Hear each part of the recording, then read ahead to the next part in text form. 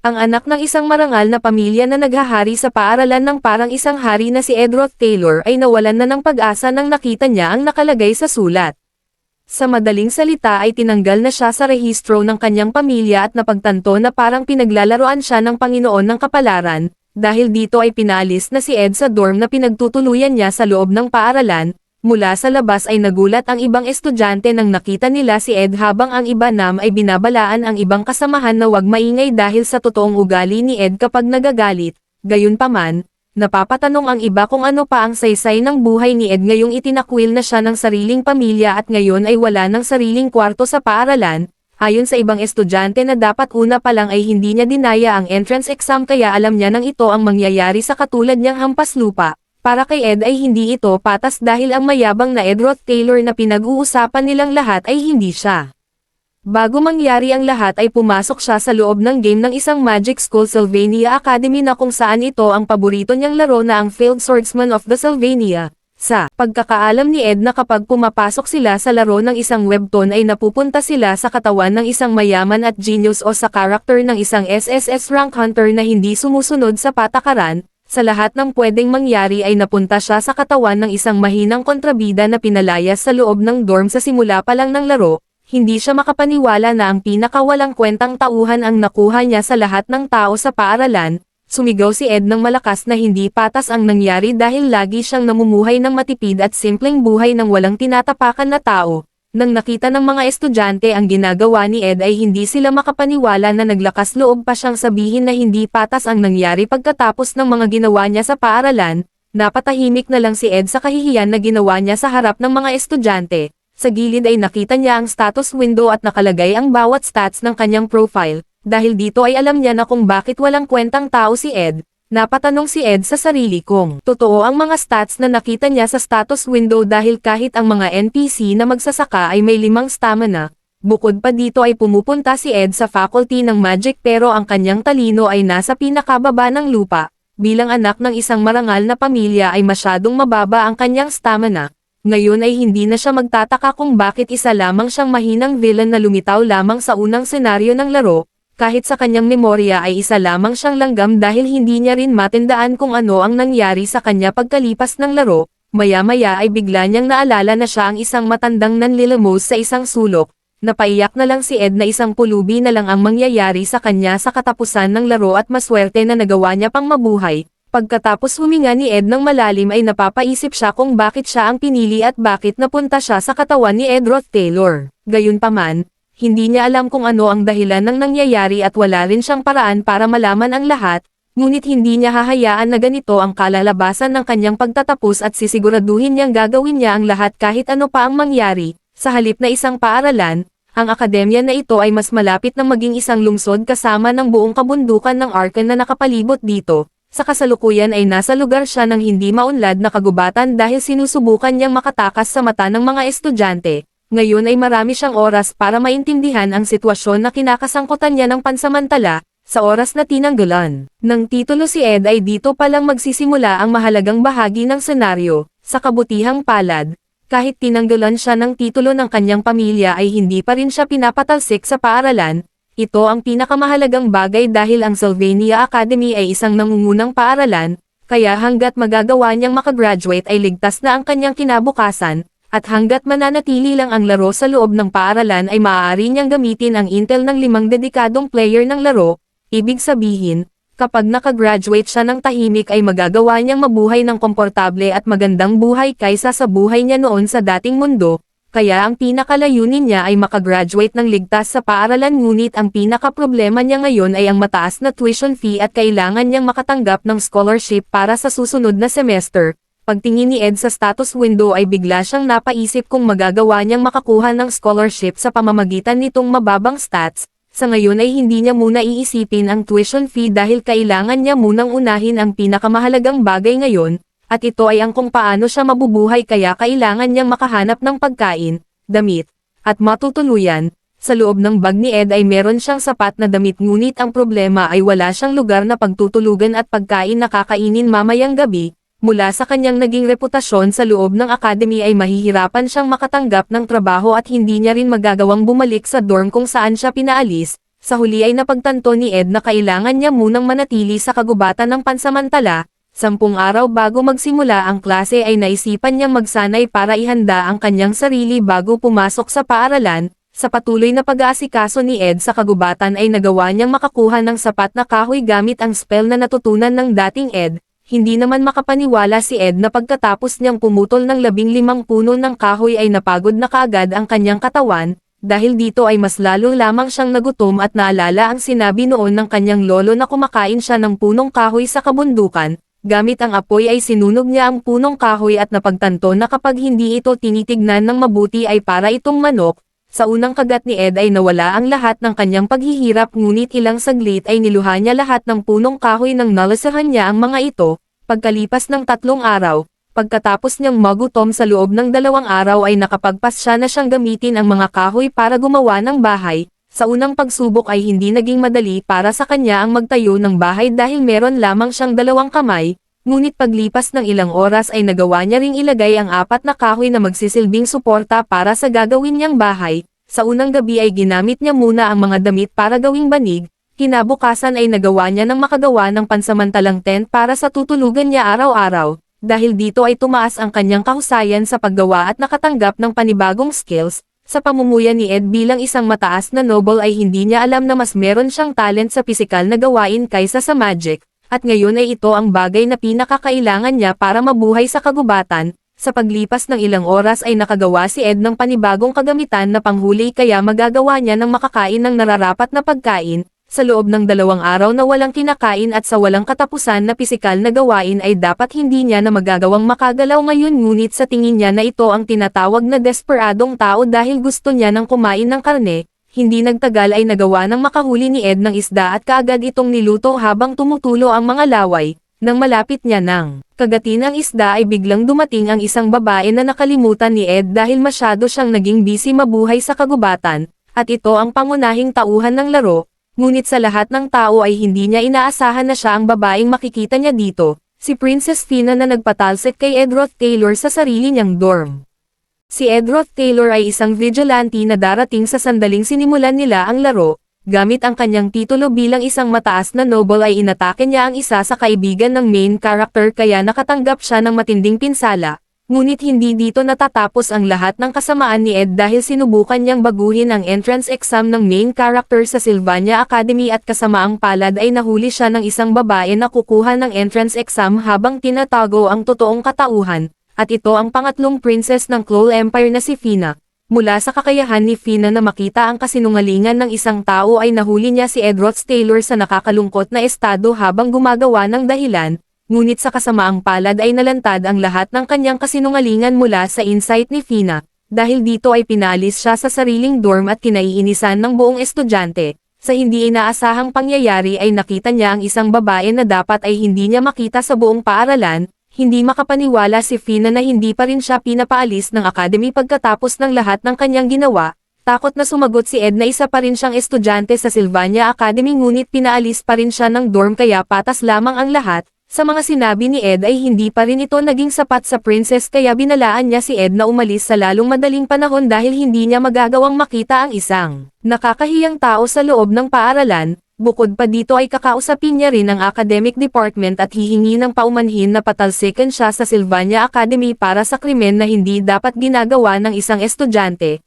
Pati na rin sa pag-set up ng kapwa mag-aaral sa pagtatangkang hadlangan ang kanilang kinabukasan. Sa patuloy na pagsasalita ng princess ay tuluyan nang nasunog ang isda ni Ed na pinaghirapan niya ng 3 araw habang walang kinakain. Sa kasalukuyang sitwasyon ay napansin ni Ed na isa itong delubyo dahil may kapangyarihan ang princess na patalsikan siya sa Sylvania Academy. Unti-unting nilapitan ni Ed ang princess at binatid na malapit nang sumapit ang dilim ngunit nagtataka siya kung bakit walang kasama ang princess sa isang liblib na kagubatan, dahil ang pagkakaalam niya ay lagi silang pinapalibutan ng mataas na kawal. Hindi rin inaakala ni Ed na ang isang mataas na princess ay pupunta sa ganitong klase ng kagubatan ng mag-isa.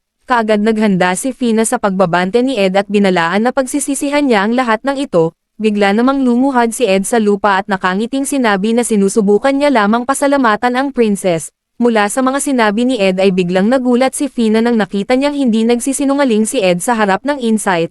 Nakita ni Ed na nagulat ang princess at alam niya ang dahilan kung bakit naging ganito ang reaksyon ng princess.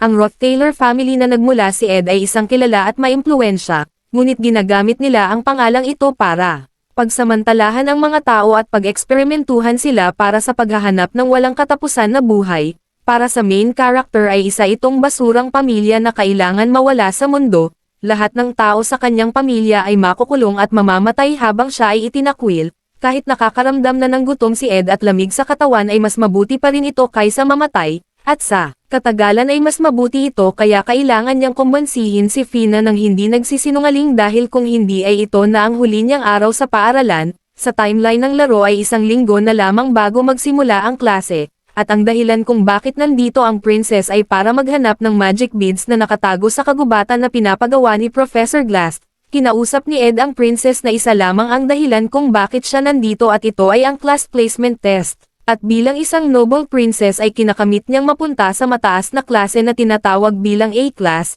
Nagalit ang princess dahil hindi pa rin nagbabago si Ed at tulad ng kanyang inaasahan, ngunit ilang saglit ay biglang lumitaw sa kanyang harap si Ed at sinabi na hindi niya magagawang makapunta sa class A nang wala ng kanyang tulong. At kung kasinungalingan lamang ang lahat ng kanyang mga sinasabi ay maaari niya na siyang patalsikan sa Sylvania Academy. Ayon kay Ed na kapag pumunta siya sa lawa ng timog silangan ng kagubatan ay makikita niya ang Madamong Isla na may isang malaking puno sa gitna ng isla. Ang puno na yun ay tinatawag bilang Maril the Guardian Tree at matatagpuan niya doon ang regalo na iniwan niya. Nagulat si Fina ng totoo ang lahat ng sinabi ni Ed at hindi makapaniwalang nag-iba ang sinungaling at nagmamarunong na Ed Roth-Taylor noong 3 araw ang nakalipas. Gayunpaman, ang Ed Roth-Taylor ngayon ay ibang-iba. Pagkalipas ng ilang araw ay opisyal nang natapos ang class placement test na pinapagawa ni Professor Glass at sinabihan niya na ang mga estudyante na ilabas ang kanilang mga magic beads na nakuha. Ang unang mga estudyante na nagbigay ng kanilang mga magic beads ay napunta sa Class F dahil hindi nila naintindihan na ang test ay hindi lamang tungkol sa paghahanap ng kahit anong magic bead. Ayon kay Professor Glass na ang mga estudyanteng nakahanap ng mga beads na kulang sa magic power ay ang mga tanging makakapasok lamang sa class at 3 lamang ang nakahanap ng ganitong klase ng bead. Ang una ay si Zix, Lortel. Sa huli ay tinawag ni Professor Glass ang huling estudyante na nakahanap ng bead sa Guardian Tree ng Merilda at binatid na siya ang pinakamataas ng klase. Sa kabilang banda, habang nangangisda si Ed ay napagtanto niyang wala na siyang sapat na lakas para gumamit ng sibat. Gayunpaman, ang pangatlong princess ng Empire na si Fina ay pinagdaanan ang pambobola at kasinungalingan simula pagkabata.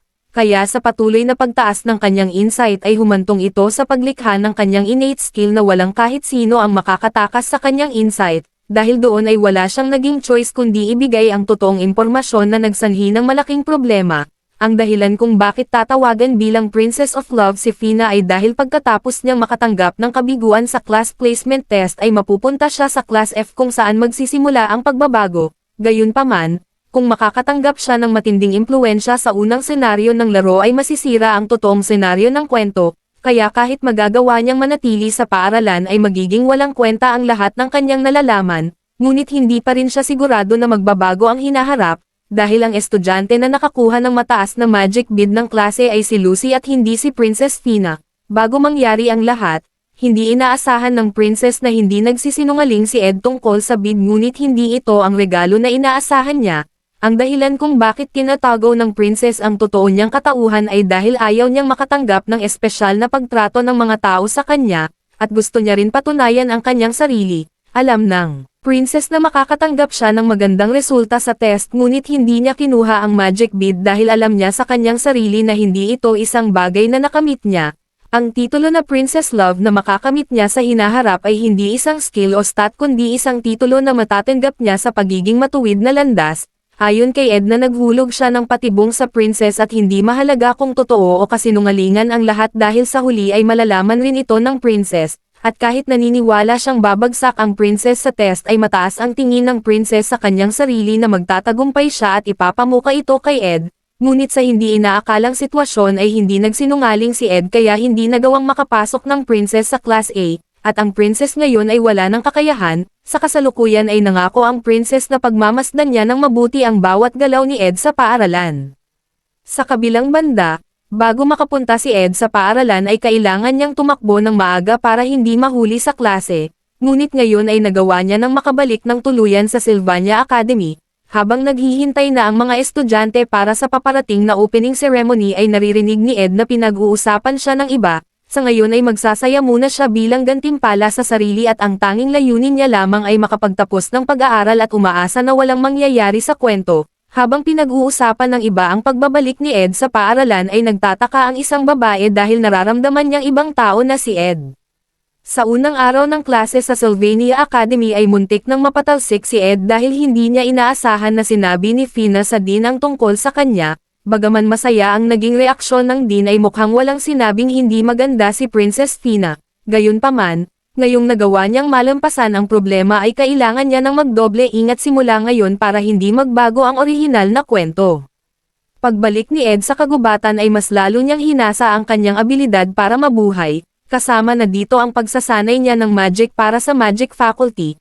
Para makuha niya ang pinakamagandang kombinasyon ng dalawa ay kailangan niyang gumamit ng pana. Sa patuloy na pagiging mahusay at makagawa ng mas magandang kalidad ng pana ay nagawa niya ng makagamit ng spirit at magic formula sa pana. Mula sa gitna ng isang malaking puno ay nakita ni Ed ang isang babae na si Janica na isa sa mahusay na estudyante ng second year at isang genius spirit sorcerer. Kinausap ni Janica si Ed na siya pala ang nakakaaliw na lalaking binabanggit ni Marilda.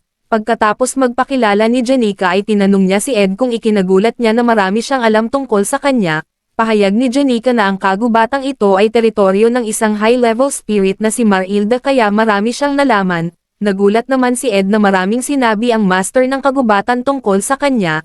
Ayon kay Janica na masyadong madaldal si Marilda at normal lamang na alam niya ang lahat ng nangyayari sa loob ng kagubatan. Bigla namang kinabahan si Ed habang tinitignan niya ang kuneho dahil marami siyang pinatay sa kanila at pinutol na puno. Sinabihan siya ni Janica na hindi niya na kailangan mag-alala sa maliit na bagay dahil natural lamang sa kanila ang ganitong klaseng bagay para mabuhay. Sa tingin ni Ed na kahit ang malaking wolf ay may malaking puso. Gayunpaman, sinabihan ni Janica si Ed na meron siyang gustong ipakita at tinanong si Ed kung ano ang masasabi niya dito. Nagtaka si Ed sa pinakita ni Janica at napapaisip kung isa itong kontrata mula sa spirit. Ngunit, napagtanto niya na kung gusto niyang makipagkaibigan kay Janica ay magagawa niya ito kahit anong oras at napansin niya na hindi pa ito ang tamang oras. Sinagot ni Ed si Janica na hindi niya alam kung ano ang ibig sabihin nito at wala rin siyang nakikitang spirits o sa madaling salita ay wala siyang kakayahan.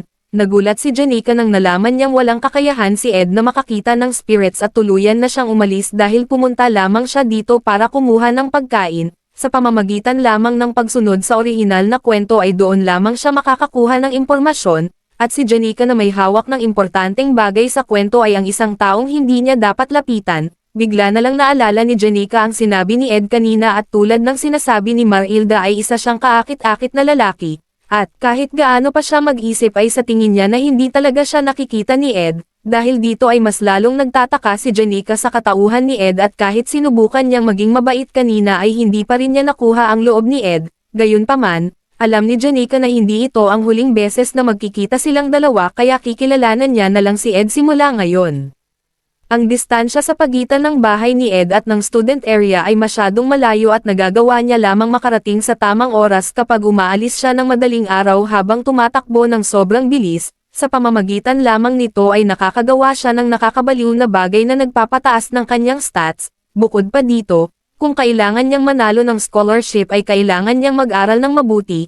Gamit ang patpat na kinuha niya sa puno ay ginamit niya ito bilang panulat at humiram ng libro mula sa student library. Pagkatapos niyang umuwi ay nilaban niya ang kanyang damit para sa pang-araw-araw na gagamitin. Mula sa lahat ng mga yun ay hindi pa dito natatapos ang lahat dahil kailangan niya pang tignan kung meron siyang sapat na panggatong, tubig, at kakainin para kinabukasan. Dahil dito ay meron lamang siyang 4 na oras para matulog ng matiwasay, ngunit hindi ito ang bagay na nakakaabala sa kanya. Sa likod ng mga puno ay tinanong ni Ed si Janica kung gaano niya pa siya katagal susundan sa kagubatan. Nagulat si Janica na alam ni Ed na sinusundan niya siya simula una. Nag-iba ang ekspresyon ni Ed at tinanong si Janica kung hindi niya siya kilala na isang pinakamasamang tao na namumuhay na si Edroth Taylor kaya nagtataka siya kung bakit patuloy pa rin siya sa pagsunod. Nagulat si Ed sa naging sagot ni Janica na ito lamang ang opinyon ng iba tungkol sa kanya. Bukod pa dito ay hindi niya pa siya kilala ng lubusan bilang isang tao. tulad ng inaasahan ni Ed na ganitong klaseng character si Janica at kahit mukha siyang walang muwang at tanga sa panlabas na anyo ay meron siyang malayang pag-iisip, gayunpaman, dahil alam ni Ed ang nakalaan sa hinaharap ni Janica ay bawal siyang ngumiti sa kanyang harap dahil si Janica ang huling boss ng Act 1. Bukod sa nangyayari ay napagtanto ni Ed na tanging si Janica lamang ang ngumiti kay Edroth Taylor kaya nagdadalawang isip siya kung itutuloy niya ang sasabihin kay Janica. Sa huling sandali ay hindi rin napigilan ni Ed ang sarili at tinanong si Janica kung maaari niya siyang bigyan ng pabor ngayong pinagtagpo sila ng tadhana. Nagtaka si Janica sa sinabi ni Ed at tinanong kung anong klaseng pabor ang gusto niyang ipagawa. Ayon kay Ed na kasalukuyan siyang itinakwil ng kanyang pamilya at nakatira lamang sa kagubatan. Tinanong ni Ed si Janica kung maaari niya siyang bigyan ng pera. Nangako si Ed na ibabalik niya rin ito kapag nagkaroon na siya ng pera sa hinaharap. Nagulat si Janica sa sinabi ni Ed at hindi alam kung ano ang sasabihin dito. Pahayag ni Ed na kada taon ay nakakatanggap si Janica ng scholarship sa pagiging pinakamataas ng klase. Ngunit hindi ito sapat na dahilan para patunayan ang kanyang pagiging mahusay dahil ang kanyang pamilya ay masyadong mahirap na kapag walang scholarship ay hindi siya makakapasok o makakaangat sa pinakamataas na antas ng paaralan, kaya ang isang kahinaan ni Janica ay walang iba kundi ang pera. Humingi ng tawad si Janica sa naging pabor ni Ed at naglaho na ng tuluyan. Pagkalipas ng 3 araw, habang naglalakad si Ed ay hindi pa rin niya makalimutan ang nangyari sa kanilang dalawa ni Janica ngunit ito lamang ang tanging paraan para makalayo sa isa sa importanteng karakter. Ngayon ay sisimulan niya ng maging maingat para hindi magbago ang kwento sa totoong pangyayari. Habang papunta si Ed sa loob ng maliit niyang bahay ay bigla siyang nagulat sa kanyang nakita at nagtataka kung ano ang nangyayari. Ayon kay Ed na pagdating sa pagiging importanteng karakter sa kwento ay siya ang may pinaka-nakakatakot na presensya kaysa kay Janica, ang bihirang genius at ang pinakamakapangyarihan na karakter sa Failed Swordsman of Sylvania, si Lucy. Napatanong na lang si Ed kung ano ang ginagawa ni Lucy sa kabundukan, gayunpaman, sa sobrang ingay ng paligid ay nagising si Lucy at kinakabahan na tinanong ni Ed kung siya ang dahilan nito. Kaagad sumagot si Lucy na hindi siya ang kanyang tinutukoy kundi ang wolf na kasing laki ng bahay sa likod at patuloy na nakikipag-usap sa kanya. Sinabihan ni Lucy si Ed na hinihiling nito na iligtas si Janica sa hinaharap kahit ano ang mangyari.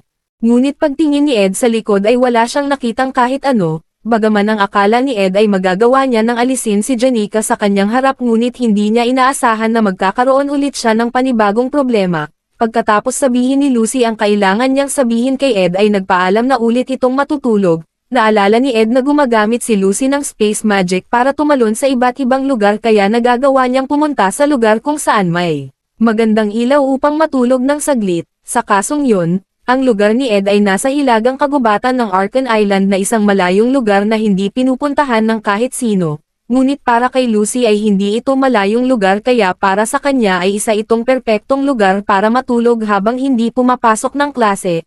Kinabukasan, habang nakatingin si Ed sa taas ay hindi siya makapaniwala na gumamit si Lucy ang multicasting na may 5 o 6 na iba't ibang high-level na spell para lamang lumipad at matulog. Hindi magtatagal ay masisira ang orihinal na kwento kapag nagpatuloy pang manatili ang halimaw na si Lucy sa kagubatan kaya kailangan niyang mag-isip ng paraan kung paano paalisan si Lucy sa lalong madaling panahon. Mula sa bagong kagamitan ni Ed na patibong ay nakahuli siya ng beef jerky at tinanong ni Lucy kung maaari niya itong kainin. Kahit hindi pumayag si Ed na kainin ito ay hindi nakinig si Lucy at alam ni Ed sa kanyang sarili na mangyayari ito. At ang katotohanan na pumunta dito si Lucy ng pangalawang beses ay patuloy siyang pupunta sa kagubatan kaya kailangan niya ng makahanap ng paraan mula sa iba't ibang diskarte na nakita niya noon. Ngunit, sa lahat ng yun ay walang paraan para talunin si Lucy ngunit meron siyang isang bagay na kinatatakutan. Habang kumakain si Lucy ay sinabihan siya ni Ed na habang papunta dito ay nakita niya ang mga kasambahay na naghahanap sa kanya. Nagulat si Lucy sa sinabi ni Ed at kaagad nagmadali na umalis. Hindi makapaniwala si Ed na agad umalis si Lucy nang narinig niya ang kasambahay dahil laging tumatakbo si Lucy sa kasambahay na nag-aalaga sa kanya na parang nanay araw-araw. Ngayon ay nagawa ng alisin ni Ed si Lucy na nanatili sa kagubatan ng 2 araw at umaasa na hindi na ito mapupunta sa panibagong problema. Ang Joint Combat Training, ito ay isang tunggalian ng 2 estudyante at upang mabawasan ang pinsala ay gumagamit sila ng pekeng armas, habang ang mga magic students naman ay maaari lamang gumamit ng basic elemental magic, at ang alchemy students ay limitado sa paggamit ng potions o spirit formula na masyadong malakas. Ang grado na makukuha nila ay iba't iba at ang listahan ng kanilang makakalaban ay random. Higit sa lahat, ang lahat ng importanteng karakter sa kwento ay makibahagi sa klase na ito. Ang una sa listahan ay si Princess Fina, Lortel, Janica, Lucy, at Cleobus. Gayunpaman, ang pinaka-importanteng karakter sa kanilang lahat ay ang bida ng kwento na si Taylor na isang failed swordsman. Habang nanonood si Ed ng laban ay hindi na siya makapaghintay na makita ang laban ni Taylor at kahit hindi niya masyadong tinitignan ang laban ay alam niya na kung ano ang resulta. Dahil ang lahat ng mananalo sa tunggalian ay mga first year tulad ng bida na si Taylor, maliban sa isang karakter na si Janica na isang second year, hindi inaasahan ni Ed na pagkatapos ng lahat ng kahihiyan na ginawa niya noong nakaraan ay masaya pa rin siyang pinuntahan ni Janica. Hindi katulad ni Lucy na katulad ng isang pusa, si Janica naman ay mas kaambing ng aso. Nang tinanong ni Janica si Ed tungkol sa listahan ng mga gaganapin na laban ay sumagot si Ed na hindi siya interesado sa mga ito, ngunit biglang nagulat si Ed nang biglang tinanong ni Janica kung hindi siya interesado sa kanyang laban. Hindi makapaniwala si Ed sa kanyang narinig at napapatanong kung bakit kailangan niya ring lumaban. Naalala ni Ed sa orihinal na kwento na wala na dapat si Edroth Taylor sa academy kaya nagtataka siya kung sino ang makakalaban niya sa tunggalian.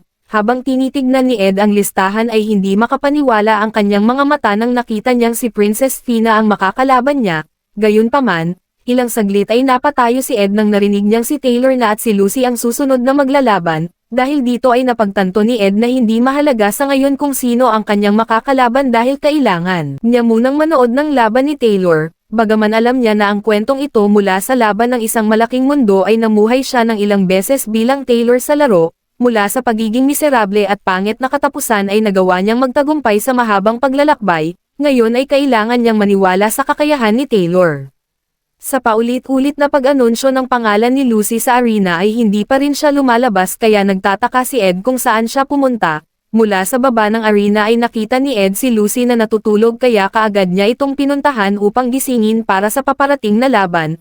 Ayon kay Ed na kapag hindi natuloy ang laban ay magkakaroon siya ng problema dahil isa ito sa importanteng bahagi na magbibigay ng inspirasyon kay Taylor upang humawak muli ng sword. Bago umakyat ng arena ay tinanong ni Lucy si Ed kung meron ulit siyang beef jerky noong nakaraan para kainin at kaagad namang sumagot si Ed na unahin niya munang tapusin ang laban bago kumain.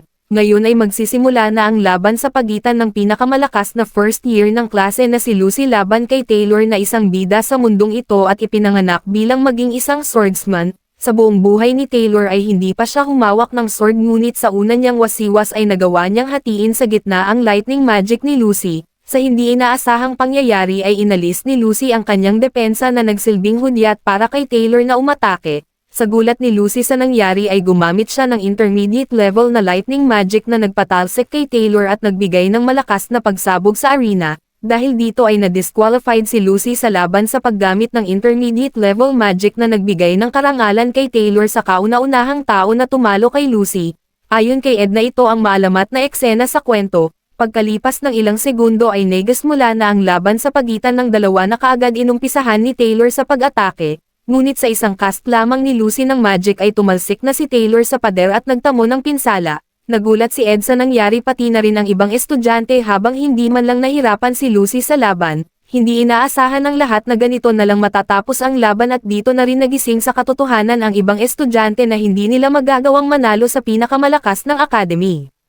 Ang buhay ni Taylor ay punong-puno ng pagsubok na pinamagatan bilang isang taga-bundok at isang bigong estudyante. Isang estudyanteng wala pang nakakamit kahit isang disenteng grado sa academy at isang nilalang na kahit kailan ay hindi kinilala nino man, bagaman ang lahat ay alam na kung sino ang nagwagi sa laban, sa isang eksenang naaawa na sa kanya ang lahat, kahit sa kalagitnaan ng kawalan ng pag-asa ay alam ni Ed na kahit kailan ay hindi nawalan ng pag-asa si Taylor. Sa huling segundo ng laban ay muling bumangon si Taylor at lumusab ng walang alinlangan. Ayon kay Ed na ito ang pangyayari na ikinagulat ng mga estudyante at dito rin ginamit ni Lucy ang lightning magic. Mula sa kalagitnaan ng tunggalian ay nagawang depensahan ni Lucy ang atake ni Taylor gamit ang wind magic at nagbigay ng matinding pinsala. Sa malakas na impact ay tumalsik si Taylor sa malayo na ikinagulat ni Ed dahil hindi gumamit ng lightning magic si Lucy kundi wind magic. Sa huli ay hindi na nagawang bumangon ni Taylor at inanunsyo ng si Lucy ang nanalo. Umalis ng arena si Taylor nang nakayuko ang ulo at doon napagtanto ni Ed na magiging isang malaking problema ito kapag hinayaan lamang nilang mag-isa si Taylor. Ang Protection of the Wind na ginamit ni Lucy ay isang kapangyarihan ng spirit na pinuprotektahan ang may gamit nito mula sa biglaang pag-atake. Ito rin ay isang continuous magic na makukuha sa pagkakaroon ng kontrata kay Marilda na isang high-class wind spirit. Ayon sa senaryo na si Marilda at Lucy ay orihinal na magkahiwalay na nilalang, ngunit dahil dumikit sa kanya si Lucy ay nagkita silang dalawa ni Marilda at naging malakas dahil dito. Nang inanunsyo na ang susunod na laban sa pagitan ni Ed at ni Princess Fina ay kaagad nagmadali si Ed na umalis para sundan si Taylor sa labas. Pahayag ni Ed na dapat mananalo si Taylor sa laban kung hindi dahil sa paglitaw niya sa Sylvania. Bago tuluyang umalis si Taylor ay sinigawan siya ni Ed na huwag panghinaan ng loob at pinaalalahanan na magbubunga rin ang lahat ng kanyang pagsisikap. Ang dahilan kung bakit ito sinabi ni Ed ay para bumalik ang lakas ng loob ni Taylor dahil mataas ang posibilidad na mahihirapan siya sa huli lalong-lalo na sa mga susunod na mangyayari sa academy. Dagdag pa ni Ed na dapat si Taylor ang haharap sa mga pagsubok at hindi siya. Gayunpaman, ang unang tao na nakatuklas ng innate insight ni Princess Fina ay si Emperor. Ang kanyang abilidad ay hindi isang bagay na binigay ng God.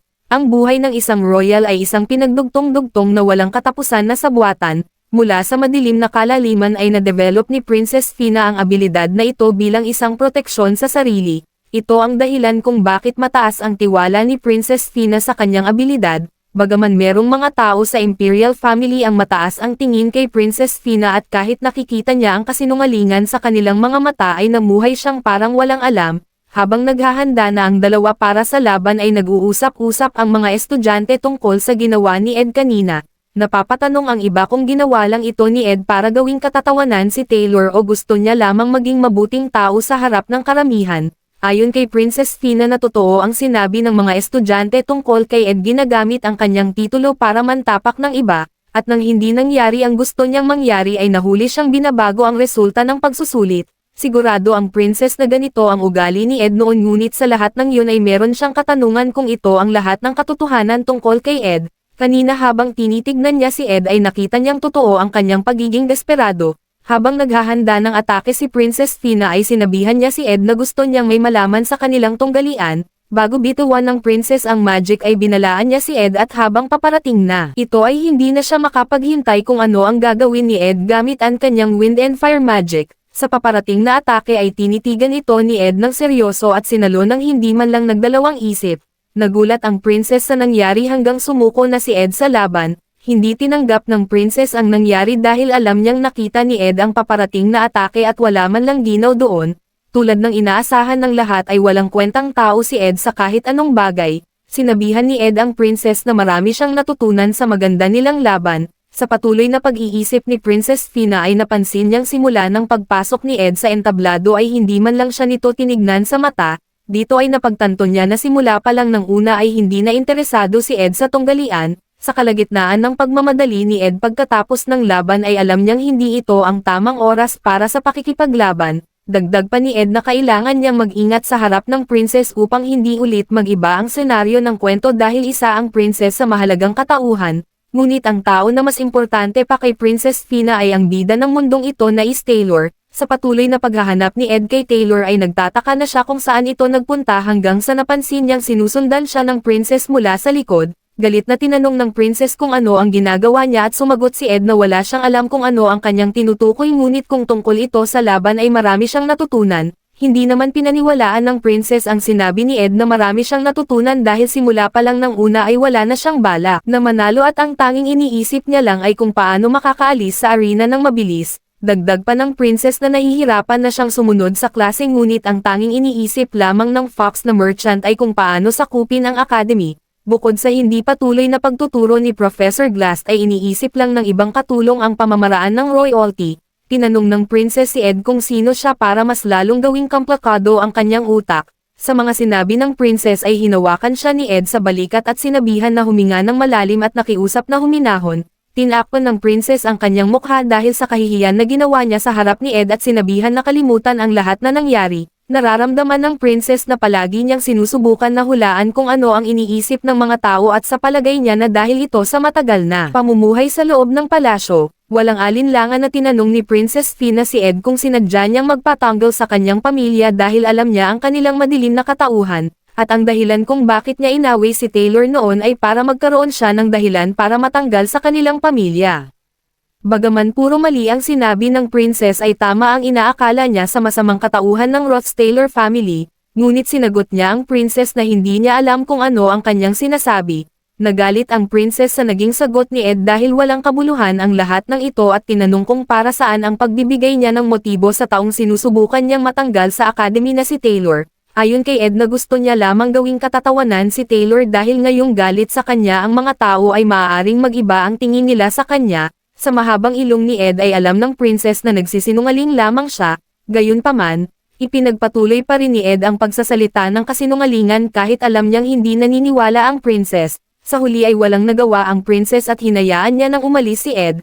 Ayon kay Ed na ito ang unang pagkakataon na ipinakita ni Princess Fina ang tunay niyang nararamdaman, at bilang isa sa makakaepekto ng unang senaryo ay nasangkot na agad ang princess sa maraming tao. Sa tingin ni Ed na kasalanan niya ito sa pagiging bagong tauhan sa senaryo. Bago tuluyang umalis ay sinabi ni Ed na masyadong mababa ang kanyang problema kaysa sa problema ng isang princess. Alam rin ni Ed na importanteng bigyan ng atensyon ang komplikadong politika ngunit kailangan niya rin magpahinga kahit saglit dahil hindi ito palasyo na kung saan ay kailangan niyang mag-alala kahit sa maliliit na bagay. Sa buong buhay ni Princess Fina ay sinusubukan niyang makita ang kasinungalingan ng lahat ngunit ito ang unang beses na nakita ng iba ang kanya. Mula sa mga nasayang na oras ni Ed ay maaaring matapos ang komportable niyang buhay kapag sumuko si Taylor. Maya-maya ay nakita ni Ed sa isang sulok si Taylor at napatigil dahil hindi niya alam kung ano ang sasabihin. Pero bago niya pa magawang makalapit ay dumating ang isang babae at binalaan si Ed na wag nang saktan si Taylor kahit kailan. Nang nakita ni Ed ang mukha ng babae ay napagtanto niya na siya ang pangunahing tauhan na babae na si Ayla. Ilang saglit ay biglang bumalik ang lakas ng loob ni Taylor na ikinagulat ni Ed dahil ito ang fighting spirit na hindi nawawala kahit gaano kalakas ang kalaban ni Taylor. Naalala ni Ed na bago sila maglaban ng princess kanina ay nakita niyang tumatakbo si Ayla para puntahan si Taylor. Pahayag ni Ed na ngayong kasama niya na si Ayla sa kanyang tabi ay muling babangon si Taylor ng paulit-ulit. Biglang napagtanto ni Ed na habang nilalaro niya ang kwento ay napagdaanan niya na itong lahat kasama si Taylor kaya hindi niya na kailangan mag-alala dahil si Taylor na ang bahala sa kanyang sarili kung paano ililigtas ang mundo. Sa ngayon ay kailangan niya na lang mag-alala kung paano mabubuhay. Dagdag pa ni Ed na masyado niyang minaliit ang kakayahan ni Taylor dahil isa siyang bida na pagdadaanan ang lahat ng paghihirap. Ngunit ngayon ay nakahinga na ng malalim si Ed at hindi dahil sa kwentong nag-iba sa orihinal na kwento, kundi dahil kay Taylor na matagal niya ng kasama ay ganun pa rin at ito lang ang kailangan niyang malaman. Nagulat sila Taylor nang umalis ng kusa si Ed nang wala man lang ginagawang kakaiba at nagtataka kung bakit siya umaaktong maangas. Habang naglalakad na si Ed pabalik ng dorm ay bigla niyang narinig ang malakas na pagsabog sa arena at napapatanong kung nagsimula na ang laban na ikakagulat ng lahat. Sa orihinal na kwento ay dapat makikita ng lahat ang laban sa pagitan ng Golden Daughter na si Lortel at ng Spirit Sorcerer na si Janica. Bagaman nagkaroon ng pagbabago sa orihinal na kwento ay sigurado si Ed na nanunood ngayon si Taylor at Ayla ng laban. Dagdag pa ni Ed na kailangan manood ng mabuti ni Taylor dahil ang isa sa madaming pagsubok na paparating sa kanya ay ang Act 1 final boss na si Janica. Pagkatapos ng laban ay binati ng mga estudyante si Janica dahil siya lamang ang nag-iisang second year na nanalo laban sa bagong estudyante. Habang pinapakinggan ni Janica ang mga sinasabi ng mga estudyante ay bigla niyang nakita sa kabilang daanan ang katawan ni Lortel na nagtamo ng matinding pinsala. Hindi katulad ng orihinal na kwento ay tinalo ni Lucy si Taylor at siya ang naging bida ng joint combat training, habang si Janica naman ay naging tagapagtanggol ng second year at nagkaroon ng madaming kaibigan. Ngunit ang aksidenteng ito ay magpapahirap lamang sa kanya sa hinaharap, pero para kay Ed ay mas ikakabuti ito ng lahat dahil hindi niya na siya makikita sa ngayon ng pansamantala. 2 linggo na ang nakalipas noong nangyari ang joint combat training at hindi niya na rin nakikita ang mga pangunahing bida ng laro kaya nagagawa niya ng mag-aral ng mabuti at mabuhay ng walang iniisip. Bukod pa dito ay meron siyang panghuli ng isda kaya hindi niya problema ang pagkain. Naramdaman rin ni Ed na unti-unti nang tumataas ang kanyang katawan at nagtataka kung dahil ito sa pagtaas ng kanyang stamina. Maya-maya ay biglang dumating si Janica sa kagubatan at nakitang walang damit si Ed at tinanong kung gusto niya laging nakahubad. Nagulat si Ed sa walang kabuluhan na sinasabi ni Janica at nagpaliwanag na kakatapos niya lamang mangisda at tinanong si Janica kung ano ang maganda sa kagubatan na lagi niyang binabalikan. Ayon kay Janica na para itong sikretong lugar na gusto niyang puntahan, gusto niya rin siyang kausapin ng matagal at makatanggap ng payo. Nagtaka si Ed sa sinabi ni Janica at napapaisip kung bakit siya ang pinuntahan niya sa lahat ng mga tao. Sa pagkakaalam ni Janica ay umalis si Ed ng maaga noong nakaraan sa joint combat training kaya hindi niya nakita ang nangyari. Malungkot na sinabi ni Janica na nakasakit siya ng estudyante. Sa pagkakaalala naman ni Ed ay gumamit ng intermediate level spirit ang kanyang kalaban na ipinagbabawal sa laban kaya katanggap-tanggap lamang ang nangyari ngunit sa katulad ni Janica na may mabuting kalooban ay hindi ito mahalaga. Sinusubukan ni Janica na kalimutan ang lahat ng nangyari ngunit lagi niyang iniisip na masyado niyang ginamit ang kanyang kapangyarihan kaya hindi niya ito maalis sa kanyang isip. Tinanong ni Janica si Ed kung kailangan niyang humingi ng tawad kay Lortel kahit alam niyang hindi papayag ang kanyang mga kaibigan dahil alam nilang si Lortel ang unang hindi sumunod sa patakaran. Seryosong sumagot si Ed na gawin ang gusto niyang gawin kung sa tingin niyang tama ito. Tulad ng inaasahan ni Janica ay hindi pipiliin ni Ed ang kanyang panig ng walang dahilan. Naalala ni Janica na hindi ganitong klase na tao si Ed noong nakaraang taon, at kahit nagtanong si Ed tungkol sa pera sa oras ng pangangailangan ay hindi niya pinakita ang pagiging desperado katulad ng ibang tao. Dito ay napagtanto ni Janica na sinusubukan lamang siyang sabihan ni Ed na wag lumapit sa kanya, ngunit ang ganitong katauhan ni Ed ay nagbibigay sa kanya ng kakaibang kasiyahan. Nakangiting humiling si Janica na sana ay katulad niya ang lahat ng tao sa mundo. Kinabukasan, habang nagmamadaling maglakad si Ed sa hallway ng academy ay nakakaramdam siya ng problema dahil kahit tinatawag bilang masterpiece ang The Failed Swordsman of Sylvania ay iilan lamang ang nakakita ng katapusan nito, lalong-lalo na ang mga baguhan na nakaranas ng hindi magandang pagtatapos sa simula ng laro. Ang halimbawa nito ay kapag niligtas nila ang babae sa kalagitnaan ng class placement test ay makikita nila ang sekreto ng Golden Daughter na si Lortel. Ang sumunod nito ay magpapadala si Lortel ng tauhan para kidnapin si Taylor, mula naman sa monster slaying practice.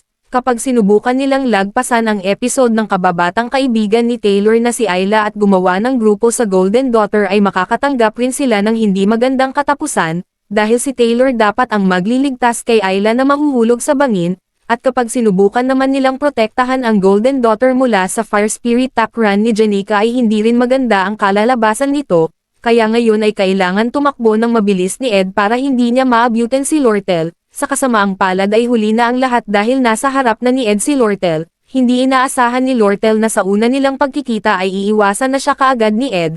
Ayon kay Lortel na gusto niyang bilhin ang 2 oras ng kanyang araw. Hindi makapaniwala si Ed na nasa harap niya na ang pang-apat na pangunahing babae sa kwento na ang nag-iisang anak ng business magnate Elite Ketchel na si Lortel na tinatawag bilang The Golden Daughter at binansagan bilang Newbie Crusher. Si Lortel ay hinirang bilang nakatagong bayani, at hindi katulad ni Princess Fina. Si Lortel ay tinitignan bilang kontrabida mula sa simula pa lang ng laro. Ang kanyang tunay na katauhan ay nilabas lamang sa kalagitnaan ng kwento at dito nila naunawaan ang kalungkutan ni Lortel at paghihirap. Ngunit sa ngayon ay bawal siyang mahulog sa mga binibitawang salita ni Lortel dahil kapag hinayaan niya si Lortel na gawin ang lahat ay matatalo siya sa huli. Hindi nagpatinag si Lortel at pinilit niya pa rin si Ed na kausapin siya kahit sandali dahil gusto niya lamang makatulong. Sa patuloy na pagsasalita ni Lortel ng magagandang katangian ni Ed ay hindi pa rin siya nagtagumpay na makuha ang kanyang loob bagkus sinabihan siya ni Ed na wag magsalita ng mga bagay na hindi niya kayang gawin. Ayon kay Lortel na isa siyang inspirasyon para sa kanya dahil kahit sa mahirap na pangyayari ay patuloy pa rin siya sa pagsasanay. Humingi ng paumanhin si Lortel na makinig muna sa kanyang sasabihin dahil bibigyan niya siya ng 3 gold coins bilang paunang bayad. Alam ni Lortel na masyado silang madikit ni Janica sa mga nagdaan na araw kaya gusto niyang humingi ng tulong na makipagkaibigan kay Janica. Pinagpawisan si Ed nang nakita niya ang 3 gold coin dahil para sa iba ay 1 buwan na nila itong pera. Nilapitan ni Ed si Lortel at tinanong bumibili siya ng koneksyon gamit ang pera. Nilagay ni Lortel sa damit ni Ed ang 3 gold coins at pinaalalahanan na tanggapin muna ito ng pansamantala. Dagdag pa ni Lortel na mas mabuti kapag mas madaming tao ang nakasuporta sa kanyang paligid. Napansin ni Ed na alam na ni Lortel na mahaharap siya sa tunggalian laban kay Princess Fina para sa pagkontrol ng academy, at ngayon ay kailangan niyang magsimula na maghanap ng kaalyado. Pumayag si Ed sa gustong mangyari ni Lortel ngunit bago ang lahat ay humiling si Ed na makipagkamay muna sa kanya. Napangiti na lang si Lortel sa naging kasagutan ni Ed dahil para sa taong namuhay ng payapa sa kayamanan ay sapat na para durugan ang kanilang puso sa simulang makatanggap sila ng kahirapan. Kaya sa sitwasyon ngayon ni Ed ay alam ni Lortel na sa simula pa lang ng kanilang pag-uusap ay papayag na si Ed, ngunit ikinakagulat ni Lortel na para sa mga taong nahaharap sa suliranin ay ito ang kanilang magiging pagbagsak, agad-agad nilang ibebenta ang kanilang pamilya, karangalan, at kahit ang kanilang sarili para lamang sa kapakanan ng gold coin. Ganito lang kadali para kay Lortel ang pagpapahirap sa mga taong desperado. Ngunit ikinalulungkot ni Lortel na hindi sumangayon sa kanya ang kapalaran nang nakita niyang bumalik sa kanyang kamay ang 3 gold coins na binigay niya kay Ed at natawa na lang sa naging aksyon ni Ed. Habang paalis na si Ed ay naisip niyang magiging madali na lang para sa kanya ang lahat kung tinanggap niya ang 3 gold coins, ngunit hindi niya maisip ang nakakakilabot na pagdadaanan niya kapag naipit siya sa pagitan ni Lortel at ni Janica. Ayon kay Ed na kailangan niyang iwasan ang kahit anong bagay na magpapataas ng pagkakataon na magbago ang orihinal na kwento ang kahit ano ang mangyari. Kinagabihan, hindi nakaramdam ng kahihiyan si Lortel nang tinanggihan siya ni Ed na maging isang kaalyado. Sa halip ay naunawaan niya ang kalamangan, kahinaan, at pansariling interes. Ang perpektong businessman ay hindi nawawalan ng oportunidad.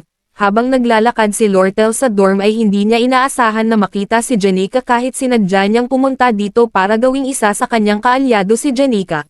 Humingi ng tawad si Lortel sa paggamit ng pinagbabawal na intermediate magic sa oras ng kanilang laban. Ayon kay Lortel na gusto niya lamang makita kung gaano kalakas ang top student ng academy kahit alam niyang pagbabayaran niya ang kahihinatnan nito.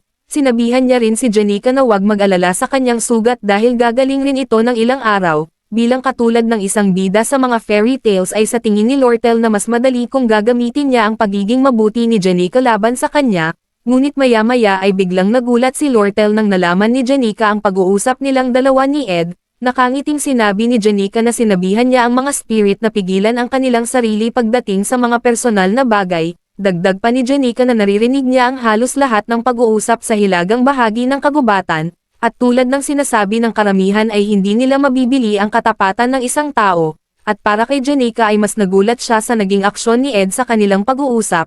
Pagkatapos nito ay tinanong ni Janica si Lortel kung masyado siyang naging mayabang at binatid na ito ang unang beses niya bilang isang senior. Nagpaalam na si Janica kay Lortel na aalis na siya dahil kailangan niya pang maghanda para makipagkontrata sa mga high-ranked spirit. Bukod pa dito ay nakakatanggap siya na sunod-sunod na suporta kaya kailangan niyang mag-aral ng mabuti. Mula dito ay napagtanto ni Lortel na kailangan niyang pag-aralan ng mabuti ang katauhan ni Janica dahil mali ang kanyang naging pagsusuri na isang bida si Janica mula sa isang fairy tales. Sa kabila ng pagiging alerto sa kadiliman ng mundo ay pinapanatili niya pa rin ang pagiging masayahin niyang pagkatao. Hindi inaasahan ni Lortel na mahihirapan siyang maging kaalyado si Janica, ngunit napansin niyang kakaiba ang mata kanina ni Janica. Sa kabilang banda, habang nagsasampay si Ed ng mga damit ay biglang lumipad si Lucy paalis nang naamoy niya ang kakaibang bagay. Bigla namang nagulat si Ed sa nangyari at nakitang dumating ang senior na kasambahay ng dorm sa Sylvania na si Belle. Sa pagkakaalala ni Ed na siya ang kasambahay na nagpatalsik sa kanya sa dorm. Ayon kay Belle na alam niyang dito siya namumuhay ng pansamantala dahil lagi siyang binabanggit ni Janica. Hindi niya rin inaasahan na ganito ang naging pamumuhay niya sa kagubatan. Ang mga kasambahay ng Ophilas Hall ay isang elite group ng mga babae na namumuno sa mga gawaing bahay. Kasama rin dito ang pagpapakain sa mga estudyante. Mula sa loob ng basket ay sa tingin ni Ed na nandito ang mga sangkap na kinuha ni Belle sa kagubatan. Ayon kay Ed na ito ang high-grade information na hindi niya makuha sa mga libro. Napagtanto rin ni Ed na walang kahit isang pangyayari kung saan nagkaroon ng impact si Belle sa pangunahing kwento kaya sa tingin niya na hindi magkakaroon ng problema kung magiging magkaibigan silang dalawa. Habang nakatayo sa harap ay sinabihan ni Belle si Ed na hindi niya na kailangan maging magalang at pinaalalahanan na gawin pa rin ang mga bagay na ginagawa niya noong naninirahan pa siya sa dorm. Bigla namang ngumiti si Ed at binatid na hindi na siya magiging walang galang sa harap ng kasambahay na palaging naghahanap ng buhay ng marangal. Tinanong ni Ed si Belle kung maaari niyang makuha ang mga sangkap na nasa loob ng basket. Lumipas ang ilang oras ay nagawa na ni Ed makagawa ng bagong kagamitan na magagamit niya para makakuha ng pagkain. Gamit ang dalawa niyang basic spells ay hindi niya inaasahan na magagawa niyang makamit ang level 10 nanograms, hindi man lang napapansin. Sa masaganang pamumuhay ni Ed ay wala na siyang gustong ibang makamit. Ngunit habang nakatingin si Ed sa kalangitan ay bigla niyang nakita ang isang bulalakaw na paparating sa kanyang destinasyon at nagresulta ng malakas na pagsabog sa kagubatan. Tumalsik si Ed sa malayo at nagtataka sa nangyari dahil pati ang kanyang tent ay nasira. Mula sa makapal na usok ay nakita niya si Lucy na nangangilabot sa takot. Nagulat si Ed nang sinabi ni Lucy na muntik na siyang mamatay at napapaisip kung sinong nilalang ang may kapangyarihan na patayin ang pinakamalakas na mage. Nanginginig na sumagot si Lucy na ito ang kasambahay nila na si Belle. Pahayag ni Lucy na lumisan lamang siya ng klase tulad ng kanyang ginagawa ngunit napansin niyang wala sa tamang kalagayan si Belle sa mga oras na yon. Dagdag pa ni Lucy na biglaan lamang ang pagdating niya dito gamit ang teleport nang hindi niya napapansin. Hindi natuwa si Ed sa naging dahilan ni Lucy dahil sinira nito ang buo niyang tahanan sa gitna ng kagubatan kaya kinutongan niya si Lucy. Nakaramdam ng pananakit sa ulo si Lucy na ikinagulat ni Ed at nagtataka kung hindi siya gumamit ng kahit anong protective spell. Nang nalaman ni Ed na naubusan na siya ng magic ay hindi niya na pinalampas ang pagkakataon at kaagad niyang pinitik sa ulo si Lucy bilang parusa sa pagsira ng kanyang munting tahanan. Gayunpaman, dahil sa nangyari ay wala nang nagawa si Ed kundi gumawa ng bahay na gawa sa totoong kahoy. Lumipas ang ilang araw. Habang abala si Ed sa mga nagdaan na araw ay malaking puntos ito para sa kanya upang kunin ang lahat ng kaalaman sa library tuwing pumupunta siya dito. At nang malapit nang magsara ang library ay dumating ang isang babae para paalalahanan si Ed ngunit nakita niyang nag-aaral siya ng mabuti kaya pinalampas niya si Ed at sinabihan na dahil dito ay mas ginanahan rin siya na mag-aral ng mabuti. Nagpakilala ang babae bilang Elka at napansin ni Ed na gamit ang kanyang mata ay gusto niya rin malaman ang kanyang pangalan. Nang sinabi ni Ed ang totoo niyang pangalan bilang Edroth Taylor ay nagulat si Elka at nagulat sa takot. Tulad ng inaasahan ni Ed parehas silang lahat ng reaksyon tuwing naririnig ang kanyang pangalan kaya hindi na siya nagulat. Nanlaki ang mata ni Ed nang narinig niya ang naging sagot ni Elka na sobrang layo ng kanyang katauhan kumpara sa mga chismis sa academy. Ayon kay Elka na masyadong mahirap para sa kanya na maintindihan ang libro ng Elemental Studies ngunit binasa niya ang lahat ng ito nang hindi man lang nagrereklamo. At kahit ngayon ay pinagpapatuloy niya pa rin ang pagbabasa ng libro habang nakaupo, mula sa mga narinig ni Elka ay masyado siyang mayabang kahit wala silang alam sa nangyayari kaya sa tingin niya na hindi dapat pinaniniwalaan ang mga chismis hanggat hindi nila ito nakikita ng personal. Bukod pa dito ay may kilala rin si Elka na katulad niya.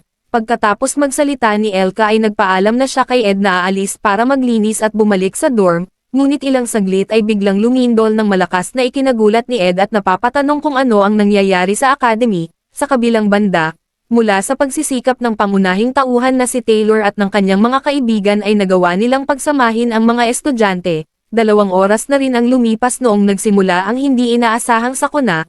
Ayon kay Ayla na nakita niya ito sa libro ng Spirit Magic na tinatawag bilang Summoning Rune, ang pinakamataas na level ng Spirit of Darkness, ang Glascan. Napagtanto ni Princess Fina na hindi magandang balita ang sinabi ni Ayla dahil meron lamang isang tao ang may pinakamataas na spirit connection level para mag-summon ng ganito kadaming spirits, at mataas ang pagkakataon na ang kanilang kalaban ay ang nawala sa sarili dahil sa Spirit of Darkness. Ito ang second-year student na si Janika. Sa ilang segundong katahimikan ay nagsalita si Taylor na hindi ito ang tamang oras para sa ganito dahil kung tama ang sinabi ni Ayla ay bibigyan lamang sila ng kaunting oras ng barrier na nakapalibot sa mga estudyante, at kung nasummon si Glascan ay magkakaroon sila ng matinding pinsala kaya kailangan nilang pumunta sa loob ng student center, ayon sa captain ng Royal Guard na si Claire na. Matutuklasan rin ito ng mga tao sa labas ng barrier at kapag nandito na ang mga Imperial Guard pati ang mga professors ay malalampasan rin nila ito. Sa tingin naman ni Elvira na kung ito ang Spirit of Darkness ay matibay ang barrier nito kaya kailangan nilang solusyonan ang problema mula sa loob. Bukod pa dito ay wala si Principal Obel sa loob ng academy. Sa palagay niya rin na kapag nagtulungan ang lahat ay magagawa nilang talunin ang high-rank spirit. Sa kasamaang palad ay hindi sumang-ayon si Klebos sa opinyon ni Elvira dahil bago sila makapasok sa loob ay kailangan nilang talunin ang mga intermediate level spirits pati ang spirit boss. Para sa kanya ay pagpapakamatay lang ang gagawin nila kapag sinubukan nilang pumasok sa loob para talunin si Janika dahil bukod sa mga spirits sa labas ay may 2 high-rank spirits na nasa loob.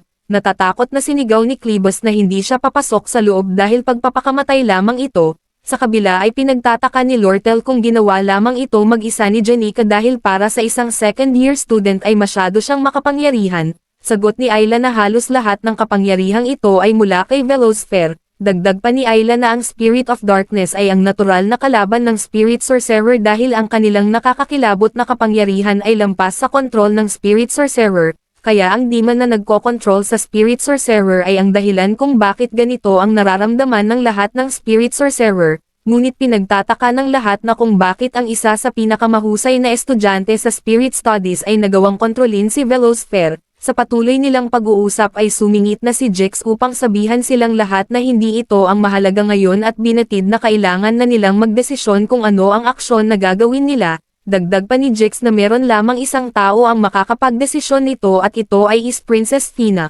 Mula sa sinabi ni Jex ay nagkaroon ng katahimikan dahil naghihintay silang lahat sa desisyon ng princess. Ilang saglit ay naalala ni Princess Fina ang sinabi ni Ed at napapaisip kung magiging maganda sana ang lahat kung madali lang gawin ang lahat. Maya-maya ay nagsalita na ang princess na sisimulan na nilang pumasok sa loob ng isang oras ngunit siya lamang ang papasok kasama ng kanyang guard, Claire, at ang mga top student ng kada year, at ang mga estudyanteng napatunayan lamang ang kanilang mga abilidad ang magagawang makasama kaya kailangan nilang maghanda at palakasin ang kanilang mga isip. Sinabihan ng princess ang lahat na pananagutan niya simula ngayon ang mangyayari sa kanila. Pagkatapos mag-anunsyo ng princess ay dumating ang isang estudyante para magbigay ng balita na nagawa na nilang suriin ang resident employees ng teaching area ngunit ang Audrey Hall at Potion Archives ay nasa kalagitnaan ng laban kaya hindi sila makakasali. Hindi nasiyahan ang princess sa balitang narinig at napagtanto na mukhang sila lang ang makakagawa ng aksyon. Maya-maya ay dumating ang isang nagmamadaling babae at natatarantang sinabi na habang papunta siya sa library ay nandoon ang kanyang kaibigan na isang apprentice librarian at nandoon rin ang isang estudyante ng sophomore.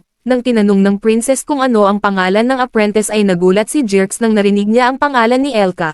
Agad-agad hinawakan ni Jerks ang balikat ng babae at tinanong kung totoo ang sinasabi niya na nandoon si Elka. Sa sobrang galit ni Jerks sa narinig niyang balita ay hindi na siya nagdalawang isip na umalis para protektahan si Elka. Sa hindi inaasahang sitwasyon ay pinigilan siya ni Lortel at ng princess upang paalalahanan na ang kanilang misyon ay pigilan ang sanhi ng problema at ito ay is Janica. Narinig rin nila na meron pang isang estudyante sa library kaya sa ngayon ay kailangan muna nilang umasa sa kanya. Tinanong ng princess ang babae kung ano ang pangalan ng kasama ni Elka sa library. Nang hindi agad sumagot ang babae sa katanungan ng princess ay nilapitan siya ni Jerks at sinabihan na sabihin na agad kung ano ang pangalan ng estudyante. Pagkabanggit ng babae sa pangalan ni Ed ay biglang dumilim ang paningin ni Jerks at hindi na alam kung ano ang gagawin. Humingi ng tawad ang babae at binatid na magdamag nakaupo si Ed sa library kaya sa sobrang inis ay iniwan niya si Elka na mag-isa kasama siya. Bukod pa dito ay alam nila kung anong klaseng tao si Ed ngunit walang pake si Elka sa mga chismis hanggat hindi niya nakikita ng personal. Mula sa likod ay gulat na gulat ang ibang estudyante nang narinig nila ang pangalan ni Ed dahil alam nila kung gaano siya nagbigay ng kahihiyan sa academy. Habang sinusubukan pigilan ng princess si Jerks na umalis ay nagbigay siya ng opinyon na kung bakit hindi sila magkaroon ng tiwala kay Ed ng pansamantala. Hindi makapaniwala ang lahat sa sinabi ng princess na magkaroon ng tiwala kay Ed na alam nilang lahat kung anong klaseng tao siya sa academy. Dahil dito ay sinimulan ng umalis ni Jerks at pinatay ang mga spirit na nagbabantay sa taas ng walang kahirap-hirap. Binalaan niya rin si Ed na papatayin niya siya kapag hinawakan niya ang kahit isang buhok ni Elka.